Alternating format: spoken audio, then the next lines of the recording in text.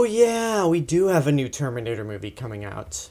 You know what, half of it is that I just really forget that we have a fifth Terminator movie out, and then the other half is every time I do remember, I'm not too enthusiastic about it. But if it ends up being good, then awesome. Then we have another good Terminator movie, but I'm not holding out much hope.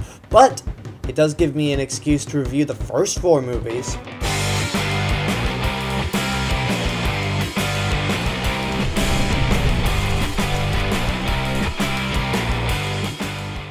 In my Jurassic Park 3 review, I mentioned that for my next Retro Wednesday series, I would be reviewing another film franchise that Stan Winston's company had a strong hand in terms of animatronics, and that franchise happens to be the Terminator series. So let's start off with the original Terminator, released in 1984, directed and co-written by James Cameron. The movie opens up in a post-apocalyptic Los Angeles in the year 2029, not too far from where we are now. And what happened here is there's been a war that's been waging against man and machine. This supercomputer called Skynet became self-aware and decided to wipe out humanity, but humanity fought back. And in 2029, this is like the twilight era of the war. Like, it's someone's gonna win, someone's gonna lose. So in a last-ditch effort, the machines come up with a plan to send a Terminator back in time to 1984 to assassinate Sarah Connor. The reason is because she would end up being the mother of the leader of the resistance, John Connor. So they have to take out Sarah Connor before she's pregnant with John, so that way there's no war when the machines take over. But on the other side of the coin, the resistance sends a soldier, Kyle Reese, back to 1984 as well, with the goal of protecting Sarah Connor from the Terminator. From here on, we have a chase movie with Kyle Reese and Sarah Connor trying to outrun the Terminator, stay safe, or possibly destroy it. When it comes to the Terminator series, it's like the Alien series. A lot of people have been exposed to the second movie rather than the first one. I was exposed to Terminator 2, but in a very different way. My first exposure to the franchise was through the Universal theme park attraction, Terminator 2 3D. I saw that first, but it was heavily based on the second Terminator movie. But in terms of the movies, I saw this one first. And it really did leave an impression on me, I gotta say. It left an impact on me in the sense that it introduced me to this franchise, it showed me how gritty and dark a movie can be, and it was the first R-rated movie I ever saw. Well, let's get into the positives. As I mentioned, this movie is dark and gritty, but really in its visual style. It's very grim and very atmospheric. Both time periods, 1984 and 2029, just have this dark mood that enhances the mood for the entire film. In 2029, Los Angeles is pretty much a demolished wasteland with hunter-killers circling the sky looking for human survivors. And in 1984, it's filmed in a very film noir way. In fact, sometimes this movie's often categorized in the neo-noir genre, outside of science fiction and action. Neo-noir is basically any kind of film noir made after 1970. The streets are very dark, the lighting matches film noir to a perfect sense. And sometimes it has the traits of a horror movie.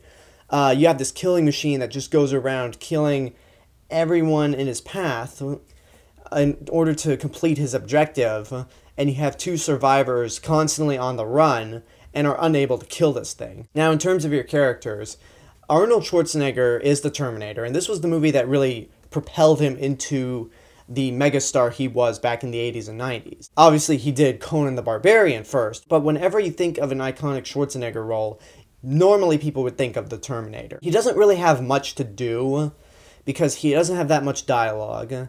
He doesn't really emote, but it fits for him because he's a machine, and he just has that presence that makes him pretty intimidating. Kyle Reese is played by Michael Biehn, who is a James Cameron regular, for at least for Cameron's first 3 movies. 4 if you want to count the extended edition of Terminator 2, but we'll get to that later. Kyle Reese is a character who is very smart, he knows what he's doing, but he also has charisma. When he's transported to 1984, he has sort of flashbacks to his time in the war, which is weird since the war's in the future, but whatever.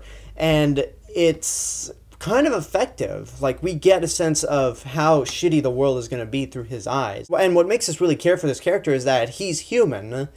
he has to depend on his own instincts and use his brain to figure out how to stop the Terminator because he is in an era where they have not developed weapons to kill these things. Sarah Connor is played by Linda Hamilton, and she's decent. I can see some newcomers who are not really familiar with this first movie looking at her and saying, wow, she's actually really whiny, kind of annoying. But honestly, if you're put into a situation where somebody's trying to kill you and you have no idea what's going on, you probably act the same way. So I thought Linda Hamilton did a good job. The action scenes are fun and intense, and the special effects are very impressive. And what makes this even more impressive is that this movie cost $6 million, which today would be the equivalent of $14 million. Still a very low budget movie, and it's impressive to think that they accomplished all these practical effects, the war scene, the exoskeleton for the T800, on such a small budget, and it looks so good. The modern day equivalent to a movie looking this good by costing so little is District 9. That movie looked like it cost $100 million, but you actually find out that it cost only $30 million. And as I mentioned, the T800 Exoskeleton looks fantastic. It's designed by Stan Winston's company. It's just one of his most memorable creations, along with the Predator, the Alien Queen, the T-Rex, and among others. And the final sequence very much plays like a horror movie. Several times you think the Terminator's dead, but he keeps getting back up, and when Kyle Reese and Sarah Connor are running through the foundry, there's no Arnold Schwarzenegger. All the Arnold Schwarzenegger skin and blood is peeled off, and it's just the T800 Exoskeleton. And that thing is scary. There's a lot of other great things that I could just go on endlessly about. The music is really cool and helps enhance the mood along with the visual look. There are slight comedic moments that are perfectly placed throughout the movie, and usually are whenever Schwarzenegger utters a one-liner like, "I'll be back," and then rams a police car into the station, or "fuck you, asshole." But it's just a little bit to keep the movie from just being a complete bummer. But there are a few problems with it, and when I say few, I mean few. Like, they don't affect my opinion on this movie at all. There's a scene when Schwarzenegger's T800 character is performing eye surgery, and we see the metal eye, the red eye that the T800s have. And the head that they used is clearly a robot, and it just looks completely outdated. I mean, it would be fine because it's just one scene, but in a movie that cost this little and had spectacular special effects all around, it just doesn't come across as very good. But again, it doesn't affect my rating because I feel like it's one scene and the movie has just so much going for it. And then the other issue I have is there are a few lines from Sarah Connor that are obviously dubbed in. Like, it's painfully obvious that there are lines that are dubbed in, but regardless, The Terminator is a fantastic movie all around. I mean, it launched a franchise. It's such a amazing movie to look at, whether it's visually, but the story and characters matter. It's a very, very well-made science fiction action movie. This put James Cameron on the map, and it spawned what is debatably the best sequel ever made, but we'll get to that next week. But for The Terminator from 1984, I suggest if you haven't seen it, get off your ass and go see it right now. It is truly a masterpiece of its time, one of the best movies of the 80s, and the year it came out. It is absolutely fantastic. And that's my review for The Terminator. Leave a comment and tell me what you thought of the movie. If you've seen it, what did you think? Like, subscribe, share me with your friends, and this is the real Mr. Robinson telling you there is only one.